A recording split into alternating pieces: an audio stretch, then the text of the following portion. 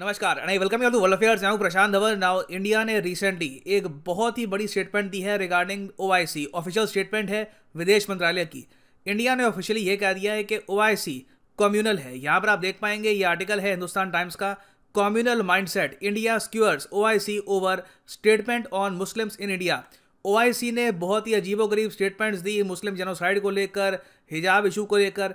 India ने simply इसके reply में ये कह दिया कि एज एन ऑर्गेनाइजेशन जो आपका पूरा सेक्रेटेरिएट है, जो यहाँ पर लोग काम कर रहे हैं, जो ये स्टेटमेंट्स दे रहे हैं, डेफिनेटली इनका एक कम्युनल माइंडसेट है। क्योंकि अब ओआईसी क्या कह रहा है कि ये लोग हिजाब कंट्रोवर्सी के इशू को लेकर, जो अगेन मैं फिर से बोलूँगा, हिजाब कंट्रोवर्सी का जो भी इशू है ये बहुत ही लोकल लेवल पे है, पूरे कर्नाटका में भी नहीं है, सिर्फ जो उडुपी डिस्ट्रिक्ट है वहाँ पर सीमित है। उधर भी आप अगर देखोगे तो हाई कोर्ट इन्वॉल्व हो चुका है, गवर्नमेंट इन्वॉल्व हो चुकी है, बातचीत की जा रही है। कुछ कॉलेजेस में अगर हिजाब की एंट्री अभी के लिए रिस्ट्रिक्ट करी गई है, तो जो सैफरॉन स्कार्फ जो स्टूडेंट्स पहन रहे थे उसकी भी एंट्री रिस्ट्रिक्ट कर दी गई है।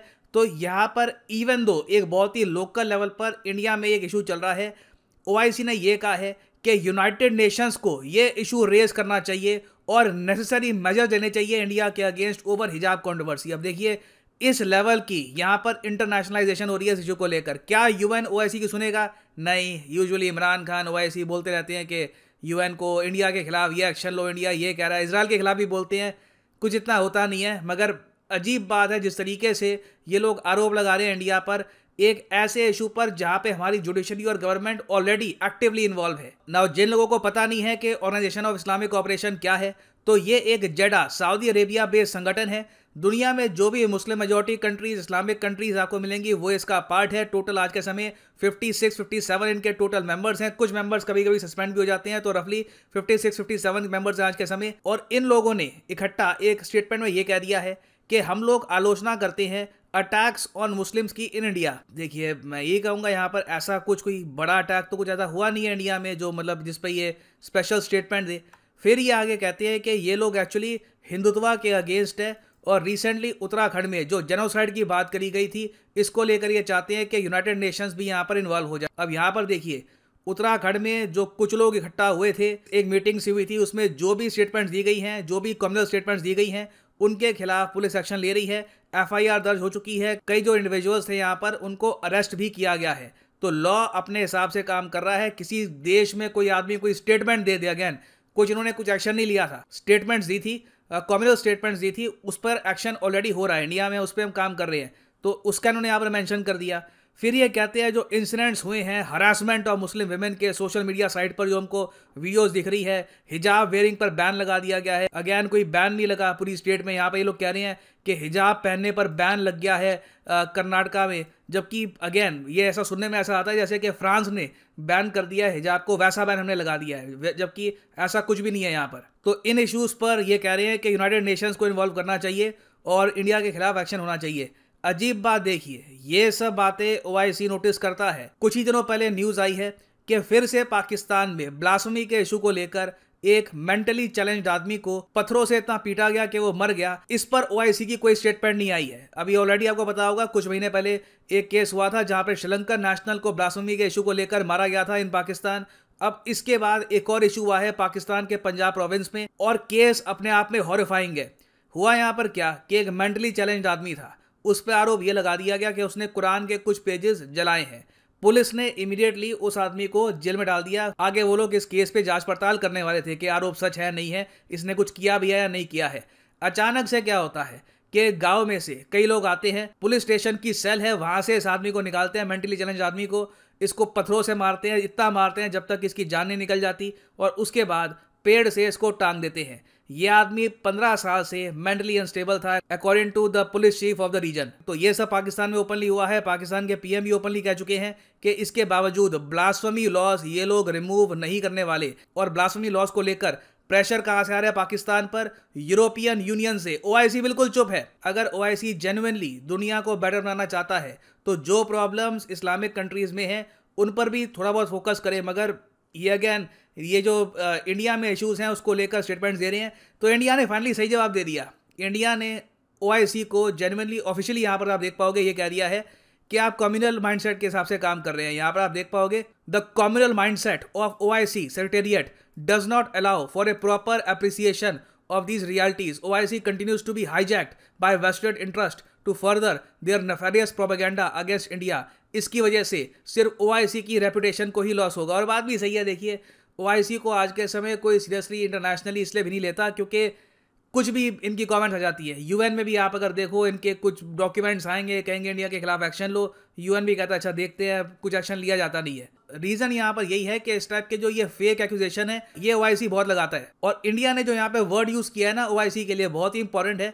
क्योंकि देखो कम्युनल, आप अगर गूगल करोगे ना वर्ड कम्युनल, तो आपको इसकी जो डेफिनेशन मिलेगी काफ़ी अच्छी सी मिलेगी कि डिसेंट्रलाइज करके कम्युनिटीज़ के बारे में सोचना, कम्युनिटीज़ पर फोकस करना, ये होता है कम्युनलिज्म, बीइंग कम्युनल। जबकि देखिए कम्युनल जो वर्ड है इसका मतलब अमेरिका में, यूरोप में, कनाडा में कंप्लीटली डिफरेंट है, साउथ एशिया में कंप्लीटली डिफरेंट है। ठीक है, यूएसए में आप कम्युनलिज्म की बात करोगे ना तो कोई ये नहीं कहेगा कि कोई ये इंसल्ट की जा रही है, किसी पर आरोप लग रहा है।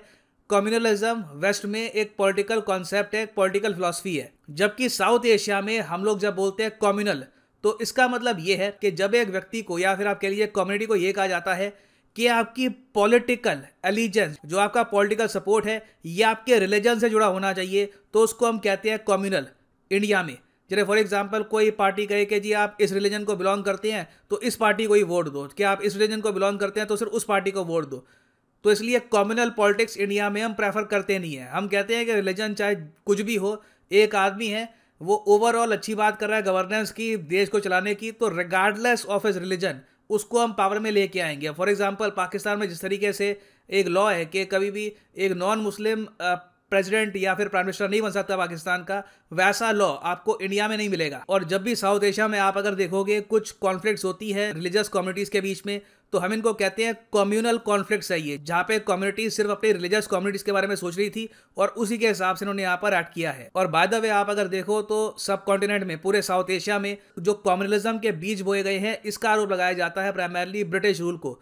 क्योंकि देखिए चाहे हिस्ट्री में आप अगर देखें तो कुछ फ्रिक्शन रही हो, वो अलग बात है, मगर ब्रिटिशर्स ने प्रॉपरली कम्युनलिज्म को ना पॉलिटिक्स में डाल दिया था। यहाँ पे मैं बात कर रहा हूँ मॉर्ले मिंटो रिफॉर्म्स की, जिसके अंडर ब्रिटिशर्स ने ये कहा कि देखिए इंडिया में एक ऐसा सिस्टम हम बनाएंगे कि मुस्लिम्स का सेपरेट वोटिंग सिस्टम होगा और जो बाकी रिलीजियस कम्युनिटीज हैं उनका सेपरेट वोटिंग सिस्टम होगा। तो ये कहा जाता है यहाँ पर बीज बो दिए गए थे सब कॉन्टिनेंट के सेपरेशन के मिंटो मॉर्ले रिफॉर्म्स के अंडर। ब्रिटिशर्स ने भी पूरी कोशिश करी कि इंडिया में जो हिंदू मुस्लिम डिवाइड है ये और ज़्यादा बढ़ता रहे। तो इंडिया ने बिल्कुल सही यहाँ पर वर्ड यूज़ किया है OIC के लिए कि बाकी इश्यूज़ को लेकर ये कंप्लीटली ब्लाइंड होते हैं। और ना सिर्फ बाकी इश्यूज़ को लेकर, कई देशों को लेकर भी OIC ब्लाइंड है। यूएसए में कई जो मुस्लिम ग्रुप्स हैं इन्होंने आरोप लगाया है OIC पर कि आप लोग बिल्कुल भी कंडेम नहीं करते, आलोचना नहीं करते चाइना की उइगुर जेनोसाइड के इशू को लेकर। उल्टा आप अगर देखोगे तो काफ़ी बार ये भी देखा गया है कि OIC ने तारीफ करी है चाइना की कि बहुत ही अच्छे तरीके से मुस्लिम्स को ट्रीटमेंट मिलता है चाइना में। फॉर एग्जाम्पल यहाँ पर आप देख पाओगे ये स्टेटमेंट है वर्ल्ड उइगुर कांग्रेस की, ये इनका ऑफिशियल वेरीफाइड ट्विटर हैंडल है। यहाँ पर लिखा है extremely disappointed that OIC again failed to raise mass arbitrary detention of millions of Uyghurs in camps in China, instead standing up for millions of Uyghur Muslims being persecuted for their religion and ethnicity. The OIC commended China's effort. Commend करना होता है किसी की तारीफ करना, literally OIC कह चुका है कि वाह चाइना बहुत ही अच्छा ट्रीटमेंट देता है मुस्लिम्स को। तो ठीक है, देखिए ऐसे संगठन को यही बोलना बनता है कि कम्युनल हो आपका एक अलग ही मापदंड रहते हैं। और देखिए इंडिया को कहीं ना कहीं मेरे हिसाब से लॉन्ग टर्म में ये भी सोचना होगा कि बाकी जो लाइक माइंडेड कंट्रीज़ है, फॉर एग्जांपल फ्रांस है, फॉर एग्जांपल इजराइल है, जो बिना वजह लगातार OIC की आलोचना का शिकार होते हैं। OIC काफ़ी बार इन कंट्रीज़ को टारगेट करता है। इन कंट्रीज़ के साथ इंडिया एक यूनिफाइड ग्रुप बना सकता है जहाँ पर ये सब कंट्रीज़ मिल के जवाब दे OIC का। क्योंकि देखिए इस ग्रुप का वैसे कुछ खास काम होगा नहीं, मगर यही है कि एक कलेक्टिव इंटरनेशनल जवाब मिलना चाहिए OIC को। ऐसा ना लगे कि OIC एक झुंड है कंट्रीज का, बहुत सारे यहाँ पर देश है, तो मिलकर सिंगल आउट करके एक देश की आलोचना ये लोग करते हैं। यहाँ पे मैं जानना चाहूँगा आपका ओपिनियन, क्या आप मानते हैं कि इंडिया को इंटरनेशनली ऐसा स्टेप लेना चाहिए, इसकी शुरुआत करनी चाहिए? ऑब्वियसली ये ऐसा तो नहीं है कि बस जल्दी से हो जाएगा, इसमें भी काफ़ी टाइम लगेगा, मगर मैं जेन्युइनली जानना चाहूँगा इस इशू को लेकर आपके ओपिनियन। शेयर करिएगा अपने thoughts in the comment section below. And finally यहाँ पर मैं ये भी ऐड कर दूँ कि अनअकैडमी का आज के समय एक बहुत ही स्पेशल ऑफर चल रहा है जो 16 फरवरी को खत्म हो जाएगा। इस ऑफर के अंडर आपको फ्लैट फीस का डिस्काउंट मिलता है on UPSC combo subscription course. Simply comment section में जाइए, यहाँ पे आपको मिलेगा ये लिंक, इस लिंक पे करो क्लिक और यहाँ पे आप परचेज कर पाएंगे यूपीएससी कॉम्बो पैकेज, जिसमें आपका यूपीएससी प्रीलिम्स, मेंस, ऑप्शनल तीनों कवर होते हैं। ऑप्शनल आपकी चॉइस का, हिस्ट्री, पॉलिटिकल साइंस, जो भी आप चूज करना चाहें। तो आपको क्लिक करना है यहाँ पर पे के प्लान पे। और अगर आप एक कॉलेज स्टूडेंट हैं, अभी टाइम है आपके पास, 2-3 साल का आराम से प्रिपेयर करना है फॉर यूपीएससी, आप 24 मंथ या फिर 36 मंथ का कोर्स परचेज कर सकते हैं। You will get the discount. इसके ऊपर एडिशनल डिस्काउंट आपको और मिलेगा अगर आप यूज करते हैं code PD10। The prices will fall even more, so use the code PD10 and save money. ये ऑफर मैं फिर से आपको बता दूं कि 16 फरवरी को खत्म हो जाएगा। सो इसी नोट के साथ ये है वीडियो का अंत। Thank you for listening and as always God bless you all.